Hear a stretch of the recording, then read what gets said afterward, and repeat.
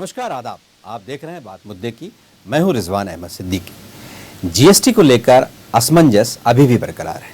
कभी संसद में लंबी लड़ाई के बाद राज्य की विधानसभाओं से यह जंग जीतकर 1 जुलाई से जीएसटी को अमली जामा पहनाने की तैयारी हो गई। राज्यों ने भी इस पर सहमति जता दी है, पर टैक्स को लेकर अब व्यापारी इसका विरोध करने सड़कों पर उतर आए हैं। जीएसटी में 1200 वस्तुओं और 500 सेवाओं को शामिल किया गया है।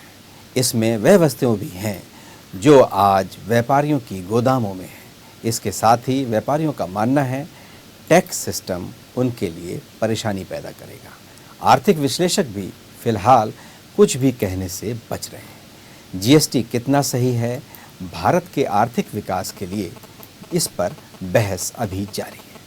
कई देशों में जीएसटी ने देश की आर्थिक विकास दर को बढ़ाया है, तो कहीं इसे बंद करने की नौबत तक आ गई है। यही है हमारा आज का विशेष जीएसटी की फांस।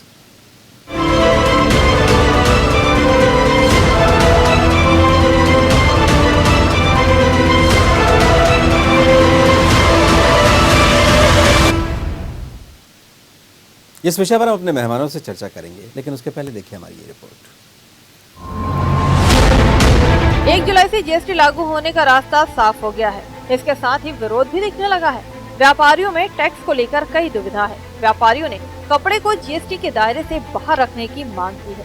साथ ही रिटर्न्स भरने में असमर्थता बताई है और मांगे नहीं माने जाने पर 1 जुलाई से हड़ताल पर जाने की चेतावनी दी है। जीएसटी से कहीं पड़ेगी महंगाई की मार, तो कुछ वस्तुएं होंगी सस्ती।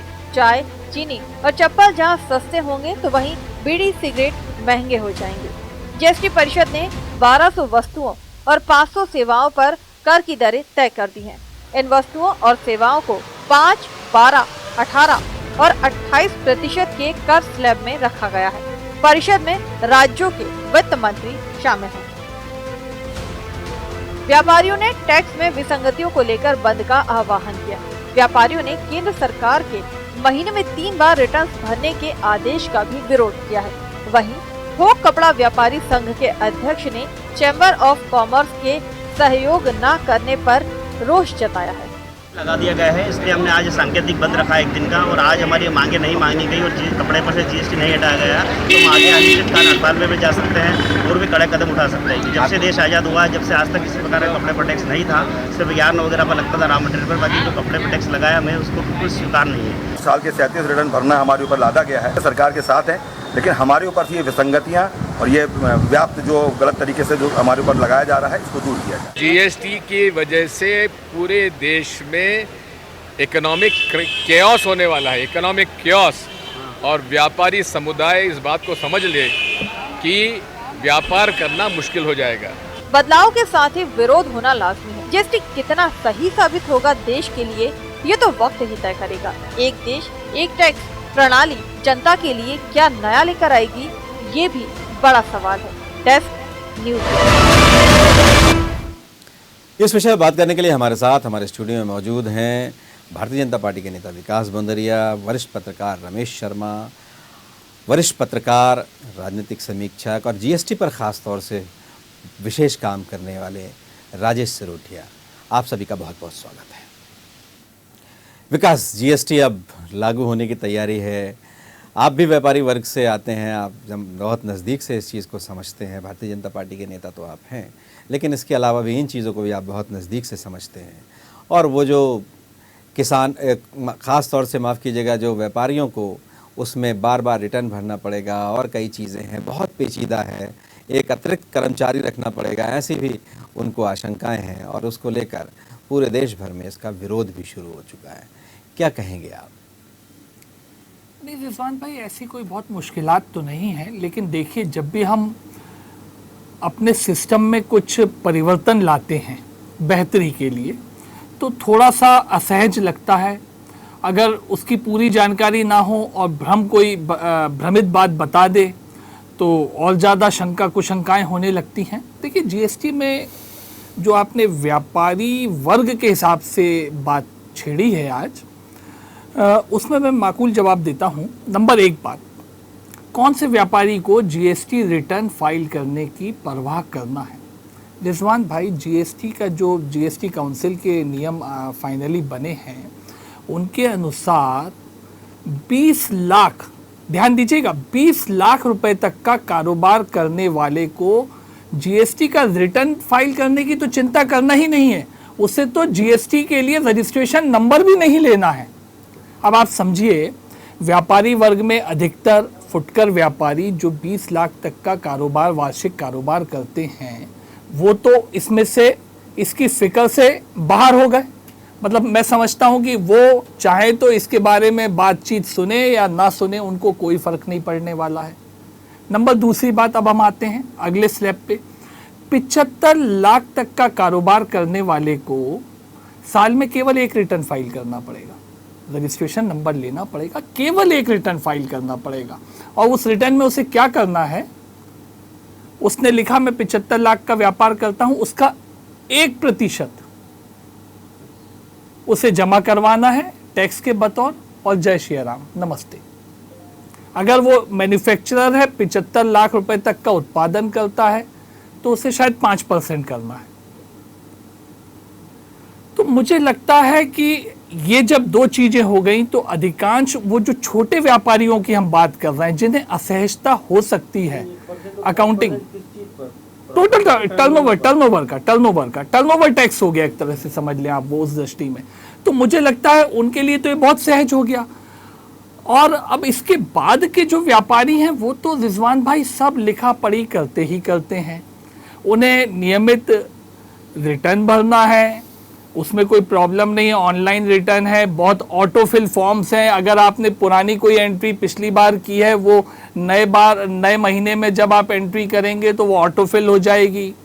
अगर आप कोई गड़बड़ कर गए हैं, गलती से गलत चीज़ इंद्राज कर दिया आपने फॉर्म में, तो आप उसका रिवीजन भी फाइल कर सकते हैं, उसका भी आपको अवसर है। तो मुझे लगता है कोई चिंता की बात नहीं है। और जिस तरह से देश के लिए, जनता के लिए माकूलियत इसलिए है कि देश के लिए taxation, total tax without tax slab increase किए ज़्यादा टैक्स कलेक्ट होगा, और जनता के लिए इसलिए है कि उससे अंतोगतवा जो टोटल टैक्स पे करना पड़ता है प्रति उत्पाद, प्रति प्रोडक्ट, वो उसके लिए कम होगा।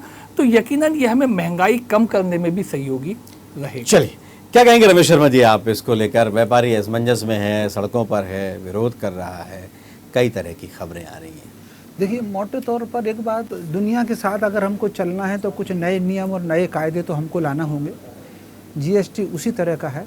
लेकिन एक बात जो इसके प्रावधान खास तौर से हैं, जैसे कि इसमें मिनिमम 20 लाख है, ये 20 लाख कम से कम 50 लाख होने चाहिए थी। आज फुटकर जो व्यापारी है उसका भी वार्षिक टर्नओवर, छोटे से छोटे व्यापारी का वार्षिक 50 लाख के आसपास पहुंचता है। जिस तरीके से महंगाई बाज़ार में है और चीज़ें महंगी मिल रही हैं, उस आधार पर ये कम से कम इसमें 50 लाख होना था। लेकिन बावजूद इसके जो व्यवहारिक दृष्टि है, भारत में बहुत सारी अच्छी योजनाएं कहीं ना कहीं जो भ्रष्ट अफसर हैं और बेईमान किस्म का व्यापारी है उसके कारण फेल होती है। इससे ये आशंका या ये संभावना मुझे इसमें बिल्कुल नहीं दिखती कि इससे चीज़ें कम होंगी। इसमें बिल्कुल चीज़ें कम नहीं होंगी, बल्कि इसमें जिन चीज़ों के दाम बढ़ना है वो इसमें दाम स्वाभाविक रूप से बढ़ेंगे। तो बहुत सारी चीज़ों में, और इसमें एक इंस्पेक्टर राज जो है वो इंस्पेक्टर राज बिल्कुल प्रबल होगा। कई बार सरकार की योजनाएं अच्छी होती हैं, सरकार की मंशा अच्छी है, इस मामले में भी सरकार की मंशा अच्छी हो सकती है, लेकिन कहीं ना कहीं जो इंस्पेक्टर राज होता है उसके कारण बहुत सारी योजनाएं फेल होती हैं। इसमें इंस्पेक्टर राज हावी होगा, इसमें भ्रष्टाचार और बेईमानी बढ़ेगी, लोग व्यापारियों को दबाएंगे, खास तौर से जो छोटा व्यापारी है। तो मैं समझता हूँ इस कानून की जो व्यवहारिक कठिनाइयाँ हैं उसको सरकार को एक बार रिवीजन करना ही चाहिए, और एक बार रिवीजन करके उसमें गुंजाइश निकालनी चाहिए। बिल्कुल। जैसे एक चीज़ ये भी है कि अब अभी तक राज्य सरकारें इस तरह के कई कर वसूलती थीं, अब सीधे केंद्र सरकार वसूलेगी। राज्य सरकार के पास इसका लेकर एक बड़ा सा अमला है, बहुत प्रोफेशनल अमला है उनके पास। अब केंद्र सरकार के पास अमले की कमी है ऐसी चीज़ों के लिए। ये भी एक ऐसी चीज़ है और इसको लेकर भी अभी तक कुछ स्पष्ट नहीं हुआ। नहीं, इसमें तो ये होगा कि जो राज्य सरकार का अमला है वो उसमें काम करेगा, उनके साथ सन्निहित होकर के काम करेगा। तो अमले की बहुत ज़्यादा दिक्कत तो नहीं आएगी, लेकिन कहीं ना कहीं इसमें थोड़ा सा दबाव तो बनेगा और जो केंद्रीय हाथ में शक्ति ज़्यादा आएगी और जो स्थानीय स्तर पर है, जैसे वन विभाग का है, स्वाभाविक रूप से वन विभाग को केंद्र सरकार कंट्रोल करती है, लेकिन राज्यों के जो अमला है वो उसको कहीं ना कहीं उसको कोऑर्डिनेट करते हैं, मॉनिटरिंग करते हैं, तो ये अमला तो उसमें जुड़ जाएगा, लेकिन फिर भी प्रशासन और तंत्र और ब्यूरोक्रेसी खास तौर से वो इसमें हावी होगी इसमें जीएसटी में। बिल्कुल। राय सिरोठिया, आपसे मेरा सवाल है, आपने इस पर कई लेख भी लिखे हैं और बहुत आपसे सवाल करूं इसके पहले मैं परिचय करा दूं, हमारे साथ कांग्रेस से फिरोज़ सिद्दीकी भी शामिल हो गए हैं इस चर्चा में। फिरोज़, आपका ही बहुत बहुत स्वागत है। क्या लगता है आपको, विसंगतियों को लेकर व्यापारी चिंतित है, इंस्पेक्टर राज हावी हो सकता है, इंस्पेक्टर राज लगभग 15 साल पहले ख़त्म करने की, 20 साल पहले ख़त्म करने की जो बात तेज़ हुई, धीरे धीरे उसे कम भी कर दिया, लेकिन अब वही सब कुछ लौट रहा है धीरे धीरे, क्या कहेंगे? देखिए, मैं तो शुरू से कहता आ रहा हूँ और अभी भी कह रहा हूँ, और रमेश शर्मा जी ने बहुत अच्छे से चीज़ों को डिफ़ाइन किया है। सवाल ये है कि हम ईज़ ऑफ डूइंग की ओर चले थे, हम टीज़ ऑफ डूइंग पर आ गए। वी आर टीजिंग ट्रेडर्स, हम उनको चिढ़ा रहे हैं, उनको परेशान कर रहे हैं। दरोगा राज बिल्कुल निश्चित रूप से आएगा। 20 लाख वाली जो बात की, जो 20 लाख के टर्नओवर वाला आदमी, अगर इनकम टैक्स डिपार्टमेंट ने ये मान के चला है कि 7% प्रॉफिट होता है, उस मायने से अगर आप निकाल दिया जाए तो 20 लाख रुपए के टर्नओवर वाला व्यक्ति कितना पैसा कमाता है, उसका पर मंथ कितना हुआ? 10-15 हज़ार रुपये महीने वाले, उनको छोड़ के आप बड़ी दया और अपनी रहमदिली और दरिया दिली दिखा रहे हैं। 50 लाख का जो बात भूली है रमेश शर्मा जी ने, वो बिल्कुल सही है कि 50 लाख तक ये नहीं लगना चाहिए। अब 75 लाख पर भी आप जो आदमी जो 75 लाख का टर्नओवर करता है, उसकी मोटी कमाई जो है वो ज़्यादा 4-5 लाख रुपए सालाना होती है। 4-5 लाख रुपए सालाना मतलब 30-35-40 हज़ार रुपये का आदमी। अब उससे 75 हज़ार रुपये आप 1% टर्नओवर टैक्स ले लेंगे। आप सवाल इस बात का समझिए कि ये जो राज्य संविधान में जो राज्य और केंद्र के करों का की व्याख्या थी, उसमें अतिक्रमण होने की शुरुआत बहुत पहले से हो गई थी। जब अटल जी की सरकार आई थी तब सर्विस टैक्स ये कह के लगाया गया था कि हम इसको राज्यों को ट्रांसफ़र करेंगे, क्योंकि बेसिकली ये राज्य का कर है। लेकिन वो जब यूपीए की सरकार आई तो उसने उसको ट्रांसफ़र करना तो दूर, उसमें और मनमाना बढ़ाना शुरू कर दिया। भैया मोदी जी आए तो उन्होंने और ज़्यादा बढ़ा दिया और सारे सेस लगा के जो है ये 65 हज़ार के टॉयलेट और फलाना ठिकाना के नाम पर सब सारी चीज़ें स्वच्छता करके नाम पर कर दी। अब आप क्या कर रहे हैं कि आपको देखिए करना ये था कि जो स्टेट के जो टैक्स थे उनको आप एक्साइज करके एक स्टेट जीएसटी बना देते, और जो सेंट्रल गवर्नमेंट के टैक्स थे उनको सेंट्रल गवर्नमेंट के टैक्स का आपको इकट्ठा करके वो उनका बना देना था। ये आइडियल सिचुएशन होती, इससे राज्यों की आर्थिक स्वायत्तता प्रभावित नहीं होती। लेकिन आपने राज्यों के करों में भी घुसपैठ कर ली इसके बहाने। आपने स्टेट जीएसटी आधा वो रखेंगे, आधा सेंट्रल जीएसटी में जाएगा, और उसके बाद में भी फिर आपने कुछ रखे हुए हैं प्रावधान। तो मैं ये कहता हूँ कि आपका भाव जो है कि एक टैक्स एक कर, वो तो हो ही नहीं रहा है, क्योंकि आपने शराब को, डीजल पेट्रोल को आपने उससे अलग करके रखा है। आप क्यों, जब 18% का स्लैब आपने बनाया हुआ है, तो आप डीजल पेट्रोल का जो वेट जो है वो क्यों लगाए हुए हैं 30-40% तक?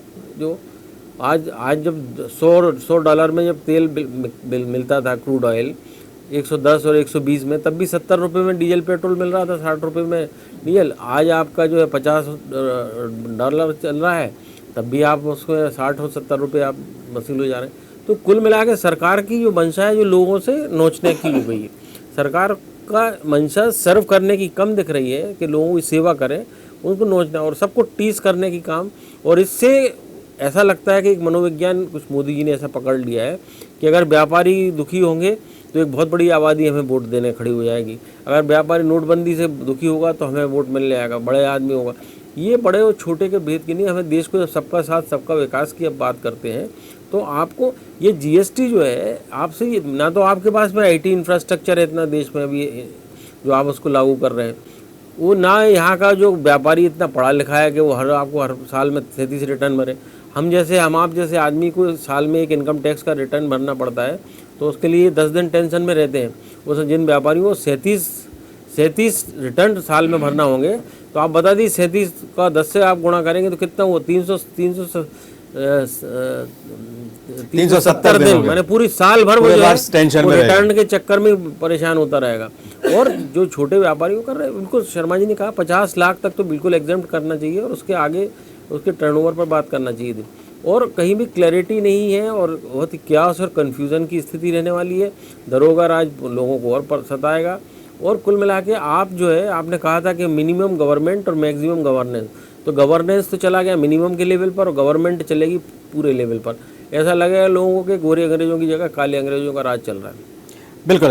फिरोज सिद्दीकी, आप क्या कहेंगे? जीएसटी को लेकर कई तरह का असमंजस है और समर्थन तो आप सबने दिया था, आप भी जीएसटी लाना चाहते थे, समर्थन सबने दिया था, और व्यापारी इस समय रिटर्न और इस तरह की चीज़ों को लेकर बहुत ज़्यादा कंफ्यूज है। नहीं, ऐसा नहीं है कि बहुत से देशों ने वापस भी किया है, लेकिन हमारे यहाँ व्यवहारिक था, हो सकता था अगर इसको सर्वसम्मति से पारित किया जाए। बहुत सारे चैम्बर ऑफ कॉमर्स से इसमें बात नहीं की गई, व्यापारी संगठनों से बात नहीं की गई, बहुत सारे चीज़ें इसमें व्यवहारिक नहीं लगती, जैसे हर महीने रिटर्न भरना है, कुछ चीज़ों में टैक्स बढ़ के 28% तक जा रहा है, फिर पेट्रोल डीजल बहुत सारी चीज़ें एग्जम्प्ट की गई हैं। तो सरकार ने जैसे एक सीधा नोटबंदी की थी कि 8 नवंबर को नोट बंद, वैसा काम इन्होंने कह दिया कि 1 जुलाई से आपको जीएसटी लागू कर देंगे। तो इसमें पहले सभी संगठनों से बात कर ली जाए। अगर हमारे यूपीए की कांग्रेस ने यूपीए सरकार के समय ये नहीं हुआ तो इसलिए नहीं हुआ कि एक सर्वसम्मति नहीं बनी थी और हम इसको सर्वसम्मति से पारित कराना चाहते थे। सरकार को हम यही कहते हैं कि अगर आपको जीएसटी है तो आप नकल करके तो अच्छी आए, लेकिन नकल अकल से करते तो शायद आप कामयाब हो जाते। परेशान है, कई तरह की चीज़ें हैं उसमें, बहुत कई तरह के असमंजस हैं, रिटर्न को लेकर कई तरह की चीज़ें बहुत सारा। जैसे अभी सिरोठिया जी कह रहे थे कि अब 370 दिन आदमी परेशान रहेगा। हर महीने अगर आप टैक्स जमा करेंगे, हर महीने आपको झंझटों में व्यापारी फंसा रहेगा, तो फिर व्यापार कब करेगा वो? हमारा सवाल ये है कि व्यापार कब करेंगे आप? मतलब ये हो गया कि वकीलों के आप चक्कर काटते रहिए, आज ये भूल गए, कल वो भूल गए, ऐसा नहीं। सरकार को इस पे फिर से पुनर्विचार करके सभी लोगों को विश्वास में लेके और फिर इसको अगर 1 जुलाई से लागू करती है या आगे कभी भी लागू करती है तो ये बेहतर होगा। अन्यथा अभी किसानों के आंदोलन की इतनी भयावह स्थिति प्रदेश में, देश में हो गई, या व्यापारियों के आंदोलन की होगी, तो फिर लोग कहाँ जाएंगे, कैसे काम चलेगा? ये मेरा सबसे बड़ा सवाल है सरकार से। विकास, कई तरह के सवाल खड़े किए हैं, रमेश शर्मा जी ने भी कुछ कहा, जी।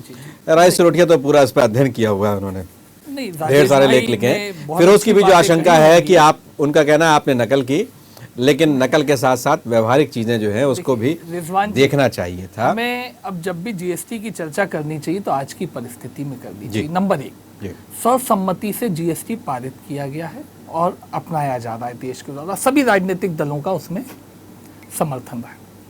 वही सवाल, जो पॉलिसी डिसीजन वही एक सवाल है, सर्वसम्मति से राजनीतिक लोगों ने सर्वसम्मति से एक निर्णय ले लिया, लेकिन जिस पर आपको अमल करवाना है, जिससे या जो सबसे ज्यादा प्रभावित है उस व्यापारी वर्ग से आपने ठीक से उसकी चर्चा ही नहीं की। नहीं रिजवान भाई, मैं आपकी बात से डिफर कर रहा हूँ। ऐसा नहीं है, सरकार ने सबके सामने चर्चा का प्रस्ताव रखा, सबसे चर्चा करी, CII, PHED, chamber of commerce वगैरह कई बड़े चैम्बर ऑफ कॉमर्स हैं बड़े शहरों के, सबने अच्छा ही माना, अपने सुझाव भी दिए। कुछ हो सकता है कि कुछ सुझाव रह गए होंगे उनके अमल में लाना, कुछ भविष्य में लाए जा सकेंगे। देखिए, कोई भी चीज चलायमान है, कानून चलायमान होता है, परिवर्तनशील होता है, आने वाले समय में भी बदलाव हो सकते हैं और होने भी चाहिए, जरूरत के मुताबिक होंगे भी। लेकिन देखिए रिजवान भाई, आज जब हमें चर्चा करनी चाहिए तो जीएसटी की क्या आवश्यकता थी, माकूल है नहीं है, उस रिजाइम से हम बहुत आगे आ गए। 1 जुलाई से जीएसटी लागू हो रहा है। अब इसके लागू होने में जो प्रैक्टिकल व्यवहारिक दिक्कतें आ सकती हैं, मुझे लगता है आज वो चिंतन और सोच का विषय व्यापारी वर्ग में है। अब क्यों आया, क्या आया, जो 6 महीने पहले जिन बिंदुओं पे हम चर्चा कर रहे थे, आज उस पर चर्चा करने का कोई खास लाभ नहीं है। अभी आप कह रहे थे कर प्रणाली में बार-बार सुधार होता है, कई तरह की चीजें होती हैं, अब आप कह रहे हैं चर्चा करने की जरूरत नहीं। नहीं, अब देखिए, एक चिंता क्या आई, एक चिंता आई कि क्या इंस्पेक्टर राज आएगा। जी, लगता नहीं है आपको? क्यों आएगा? आपको नहीं लगता? इनकम टैक्स के अधिकारी को इतने ढेर सारे पावर आपने दे दिए, छोटे छोटे जो सरकारी उपक्रम है उनके वसूली करता देखिए, अधिकारी बना इनकम दिए। टैक्स की बात हम धीरे धीरे किसी और चीजों दिन पर कर आपने लेंगे। बढ़ाई मैं तो दिया जीएसटी है। की बात कर लेता हूँ आज। जी। जीएसटी में व्यापारी वर्ग को जी। या जो भी मैन्युफैक्चरर है उसे जी। या होटल रेस्टोरेंट चलाने वाला व्यवसायी है उसे खुद को सेल्फ असेसमेंट रिटर्न भरना है। जी मदद चाहे तो वो चार्टर्ड अकाउंटेंट की ले, चाहे तो नहीं ले। जी। अगर 2 करोड़ तक का टर्नओवर है उसका जी तो उसका सेल्फ असेसमेंट ही कराना है, चार्टर्ड अकाउंटेंट से ऑडिट भी नहीं कराना अपने अकाउंट्स का जी जीएसटी के पर्पज से। जी। और अगर सेल्फ असेसमेंट में चार गलतियां कर दी उसने, भूलवश जानबूझकर। देखिए रिजवान भाई, फिर देखिए जब भी व्यापारी वर्ग या वो जो राजेश रोटिया कह रहे थे अभी, जब भी काम करता इनकम है, टैक्स देखिए- रिटर्न हर बार भरना इतना कठिन होता है हमारे जैसे लोगों के लिए। नहीं देखिए, वो हम पढ़े लिखे हैं, दुनिया भर की चीजें जानते हैं, सब कुछ जानते रिजवान जी, मेरी हैं, बात तो लेकिन सुनिए। सारे खाते खोल कर बैठ जाते हैं, सब चीजें करते हैं और पता नहीं क्या क्या कितनी तरह की आशंकाओं से मेरा घिरे रहते निवेदन हैं। तो सुनिए जी जो भी व्यापारी व्यवसायी खाता भाई खोलता है, जमा खाते निकालता है, जी। प्रॉफिट एंड लॉस अकाउंट बनाता है, बैलेंस शीट बनाता है, जी। कितना मुझे किससे क्रेडिट है, डेटर कौन है, ये सब हिसाब किताब रखना ही पड़ता है। और जी। बस अगर वो ये रख रहा है तो उसे ये भी मालूम है कि मैंने कितना टैक्स अपने ग्राहक से लिया है और कितना टैक्स ऑलरेडी मैं मेरे सप्लायर को दे चुका हूं। उसका जो अंतर है वही तो रिटर्न्स के रूप में मूल जाना है। देखिए रिटर्न क्या फाइल करने हैं, हर महीने उसे एक परचेस का रिटर्न भरना है कि भाई मैंने परचेस कितने का मटेरियल किया, उस पर मैं ऑलरेडी कितना टैक्स पे कर चुका हूं। एक सेल्स का रिटर्न भरना है, मैं विक्रय कितना कर रहा हूं, उसके ऊपर मैंने अपने ग्राहक से टैक्सेशन के रूप में कितना कलेक्ट किया। और एक उसे रिटर्न भरना है जो कैश में टैक्स वो डिपार्टमेंट के पास में जमा करेगा। तो 3 रिटर्न ये हो गए। एक साल का एक फाइनल रिटर्न इन सब को कंपाइल करता हुआ उसे दाखिल करना है। तो इस तरह से 37 रिटर्न होते हैं। देखिए हर महीने व्यापारी ये सब करता ही है। दूसरी बात रिजवान भाई, एक मिनट, वक्त की कमी है। असल में नहीं, मैं एक बात, व्यापारी वर्ग को चिंता का विषय क्या था कि किसको इसमें शामिल होना है, किसको रिटर्न भरना है। तो मैंने उसके लिए बड़ी अच्छी बात बता दी, मैंने कहा 75 लाख का। मैं थोड़ा सा एक त्रुटि कर गया था। अगर मैन्युफैक्चरर है तो उसे 75 लाख के टर्नओवर तक मात्र 2% का टैक्स भरना है, वो जीएसटी से मुक्त हो गया। अगर होटल और रेस्टोरेंट संचालक है तो उसे 5% भरना है। इसके अलावा व्यापारी को एक चिंता क्या हो रही थी, इसमें क्रिमिनल एक ऑफेंस की भी धारा लगाई गई है। अगर आप रिटर्न नहीं भरते हैं और सही टैक्स दाखिल नहीं करते हैं तो क्रिमिनल ऑफेंस होगा, आपके ऊपर एफआईआर हो सकती है। लेकिन उसकी भी जो लिमिट है मैं बताना चाहता हूं, अगर 5 करोड़ रुपए से ज्यादा का टैक्स का अनियमितता का प्रकरण कोई बनता है, कितना साहब, 5 करोड़ का, इसका मतलब समझिएगा व्यक्ति व्यवसाय कम से कम 50 करोड़ के लगभग का कर रहा होगा, तब जाके उसके ऊपर एफआईआर होगी। तो मुझे लगता है हिंदुस्तान के 99.9%, 99.9% व्यापारी व्यवसायी इससे बाहर हो गए। आपको रिटर्न खुद भरना है, इंस्पेक्टर राज का सवाल ही नहीं उठता है। फिरोज सिद्दीकी आप हमारे साथ जुड़े, विकास बंदरिया आप हमारे साथ जुड़े, रमेश शर्मा आप हमारे साथ जुड़े और राजेश रोटिया आप हमारे साथ जुड़े। आपका बहुत बहुत धन्यवाद। तो जीएसटी को यही कहा जाता है कि एक राष्ट्र एक कर, और एक ऐसा कर जिसका पूरे देश में एक जैसा प्रभाव होगा, व्यापार बढ़ेगा, व्यापारियों को सुविधा मिलेगी। लेकिन सबसे अधिक असंतोष व्यापारियों में ही है, व्यापारियों में असंतोष है, उपभोक्ता भी असमंजस में है। इस असमंजस को जल्द से जल्द दूर करना चाहिए और देश की बेहतरी के लिए जो कुछ हो उसे किया जाना चाहिए। हमारे इस कार्यक्रम में बस इतना ही। खबरों का सिलसिला जारी रहेगा। हम कल फिर मिलेंगे एक नए मुद्दे के साथ, तब तक मुझे दीजिए।